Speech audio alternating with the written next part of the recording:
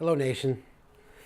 I'm here today with my good friend and colleague, Dr. Bill Polonsky, a clinical psychologist specializing in the emotional and behavioral issues of diabetes.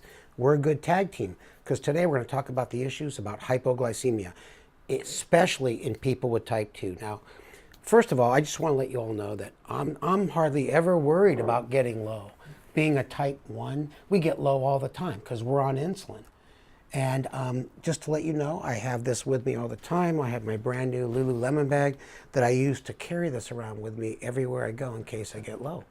Now, as I mentioned earlier, type 1, if you have type 1, you're worried about getting low all the time. But for people with type 2, the incidence of hypoglycemia is on an order of magnitude less than type 1s because different medications. However, because there's so many folks with type 2 out there, it is a serious concern.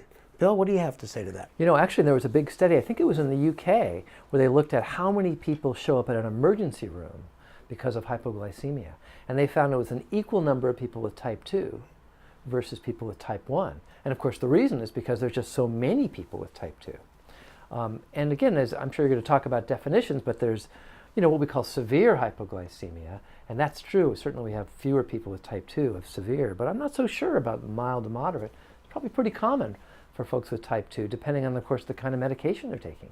That's a good point. I mean, severe hypoglycemia to the medical professionals means that you passed out, you're doing the fried egg, you got to call paramedics, or you give a glucagon shot to that individual. But mild to moderate means that you're getting symptoms, you're getting shaky, sweaty. The official definition may be less than 70 or less than 50 on your meter. However, the other thing that's important to note is that us type 1s, we get low all the time. We're used to it, and we don't like it. But for people with type 2, even though they may not be passing out as much or having seizures, it really, really bothers them. And it affects the way they take care of their diabetes. Not only affects how they take care of their diabetes, but actually there's been plenty of studies showing that the more you've suffering from hypoglycemia, and any kind, mild, moderate, or severe, really impacts long-term your quality of life. So it's dangerous because you can end up in an emergency room, in a hospital, just like if you had type 1. It can be dangerous because you'll end up keeping your blood sugars too high all the time, but it just makes you miserable. Yeah, and I think what I see with my patients is they have their visits every 3 to 6 months, and they'll say, "Oh, Dr. Edelman, I stopped my medication because I had a low blood sugar." So they stop the wrong one. They stop the one that does not cause your blood sugar to get low. Their A1C goes up. So it does really affect a lot of different aspects of diabetes care. Now, you mentioned quality of life. More specific than that, makes you fearful of diabetes, makes you angry. I know you get patients on the couch all the time at your office. Oh, yeah. Well, one big thing, of course, is that specifically they become more frightened about hypoglycemia, and then they become avoidant. So people will say, well, I'm not going to be able to go out unless I have all this stuff with me, or I'm going to be uncomfortable about leaving my house. So their lives may become more constricted. You see that, of course, with many folks with type 1 as well. But you can also see just people getting generally more anxious, because they get confused. Am I having a low, or am I just scared about having a low? And it can get very, very confusing for folks. Yeah, and I think you and I have seen when we have combined meetings with people with diabetes and providers that sometimes you can get angry at your caregiver, like it's their fault that they prescribed the wrong medication. And the caregiver says, oh, your patient's not doing anything right, it's their fault. Now, what can we do about it? From the endocrinology side, I want to say, yeah, you want to make sure that if you're on a medication that can cause low, like a sulfonylurea or insulin, that you're on the right dose.